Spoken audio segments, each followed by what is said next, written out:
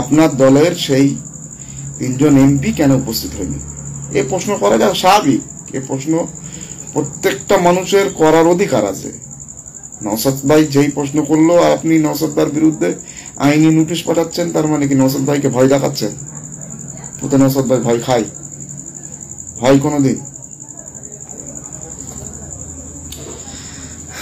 সাথে সাথে আরো একটা বিষয় বলি, কংগ্রেস, জাতীয় কংগ্রেসের পক্ষ থেকে একটা জিনিস দেখতে পাচ্ছি, ওয়াকআপ বিল নিয়ে পুরো দিল্লি থেকে শুরু করে ভারতবর্ষের বিভিন্ন জায়গায় তেনারা প্রতিবাদ করছেন। আমরা তাদেরকে সাধুবাদ জানাচ্ছি। বিভিন্ন জায়গায় স্ট্রিট কর্নার থেকে শুরু করে, ধর্না থেকে শুরু করে, পদপ্রদ থেকে শুরু করে বিভিন্ন রকম ভাবে ওয়াকআপ বিলকে প্রত্যাহার করানোর জন্য প্রতিবাদ করছেন জাতীয় কংগ্রেস। তার জন্য আমরা সাধুবাদ জানাচ্ছি, ধন্যবাদ জানাচ্ছি। কিন্তু শাসক দলের পক্ষ থেকে যে তৃণমূল কংগ্রেস টিকে আছে মুসলমানদের ভোটের উপরে, একদম দিনের আলোর মতন পরিষ্কার। 30% মুসলমানের মধ্যে 34% মুসলমানের মধ্যে 30% ভোট, 28% ভোট মাননীয় ভাই, যাদেরকে মাননীয় দুদল গাই নামে চিহ্নিত করে রেখেছে। আমাদের বক্তব্য হলো, রাজ্য সরকারের এখনো পর্যন্ত কোনো ভূমিকা আমরা দেখতে পেলাম না। কেন রাজ্য সরকার কোন রকম ভাবে ওয়াকআপ বিল নিয়ে এখনো পর্যন্ত প্রতিবাদ করার জন্য রাস্তায় নামেনি কেন?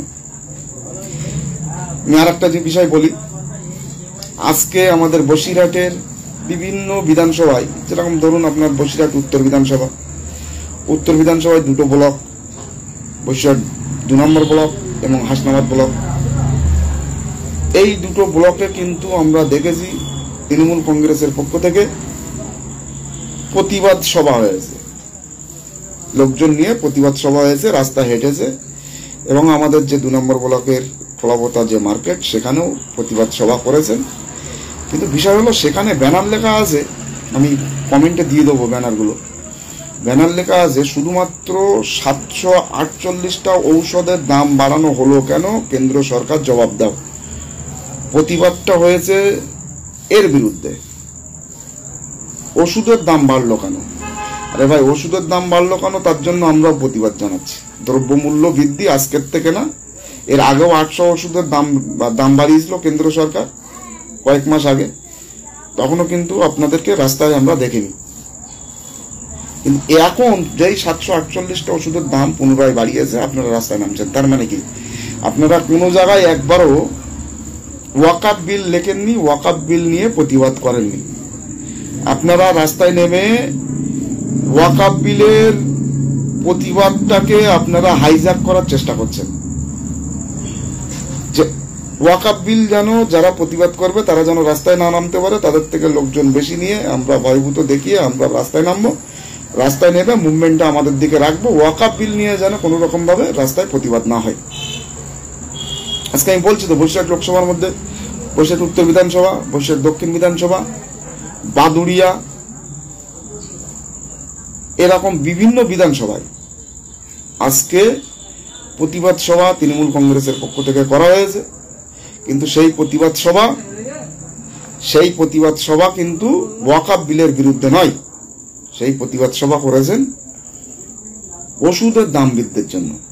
আল্লাহ, মূল্য বৃদ্ধি 2014 সাল থেকে আজকে 26 সাল পর্যন্ত, 25 সাল পর্যন্ত বিজেপি সরকার ক্ষমতায় আছে।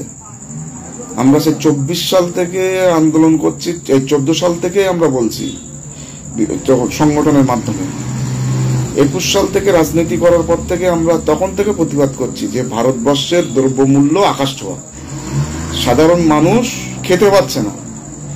130টা দেশের মধ্যে ভারতবর্ষের ক্ষুধা সূচক 111 নম্বরে। পার ডে 80 কোটি মানুষ এক বেলা খেতে পায় না। ভারতবর্ষের পুরো বর্তমান পরিকাঠামো বলছি আপনাদের, এখনো পর্যন্ত ভারতবর্ষে 80 কোটি মানুষ বর্তমান খেতে পায় না। তাহলে এই আন্দোলনটা, এই প্রতিবাদটা তো দীর্ঘদিন আগে থেকেই বিজেপি সরকার, ফ্যাসিবাদ সরকার তো দীর্ঘদিন আগে থেকেই করছে। তাহলে আপনি দীর্ঘদিন আগে থেকে এই আন্দোলনের বিরুদ্ধে রাস্তায় নামেননি কেন, দ্রব্যমূল্যের বিরুদ্ধে? কারণ হলো, তখন আপনি রীতিমতন 50% ট্যাক্সটাও আপনি পেয়ে যেতেন। আজকে রাস্তায় নেমেছেন এই কারণে যে নতুন করে যেন ওয়াকআপ বিল নিয়ে সাধারণ মানুষ মাথা ঘামাতে না পারে, ওয়াকআপ বিল নিয়ে যেন রাস্তায় নামতে না পারে।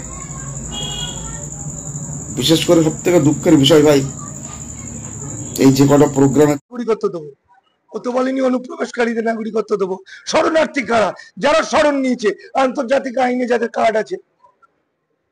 1952 সালের পর থেকে যে মানুষগুলো এসেছিল মাইগ্রেশন ছাড়া, পাসপোর্ট ছাড়া, সব ইলিগাল মাইগ্রেন্ট।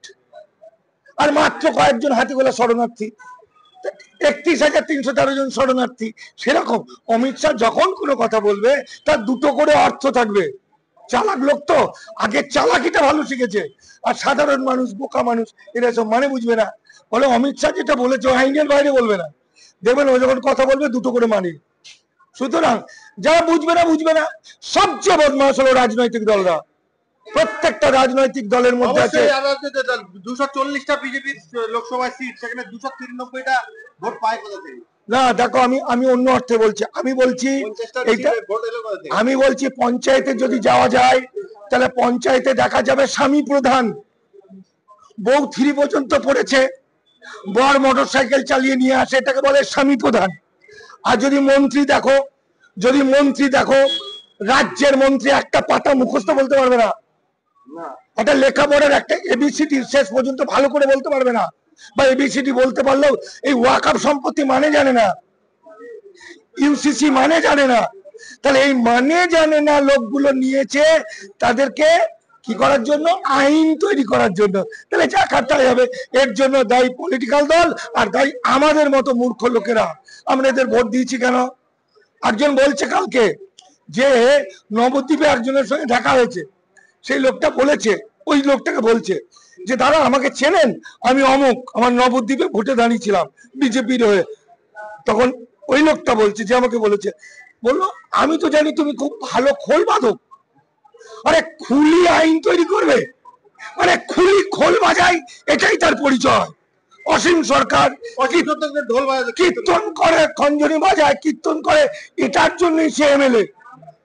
তাহলে দেশের যা হওয়ার সেটা হবে, কারণ দেশে অশিক্ষিত মূর্খ মানুষগুলোকে এমএলএ এমপি করা হবে, আর কিছু ধূর্ত শয়তান যারা প্যাচ কষে মানুষকে শেষ করার জন্য, বাংলার মূল নিবাসী মানুষদের শেষ করার জন্য, এসসি এসটি ওবিসি মাইনরিটিকে শেষ করার জন্য, বাঙালি জাতিকে শেষ করার জন্য একটার পর একটা আইন তৈরি করবে। এই তো ওয়াকআপ বডি বলো আর ইউসিসি বলো, টোটালটা হচ্ছে হিন্দু রাষ্ট্রে। হিন্দু মানে ব্রাহ্মণ ক্ষত্রিয় উচ্চবর্ণ পরিচালিত রাষ্ট্র, সেখানে নিম্ন বর্ণের কোনো ভ্যালু নেই, তারা দাস শ্রমিক, সেই আইন হয়েছে। ধন্যবাদ। চলো।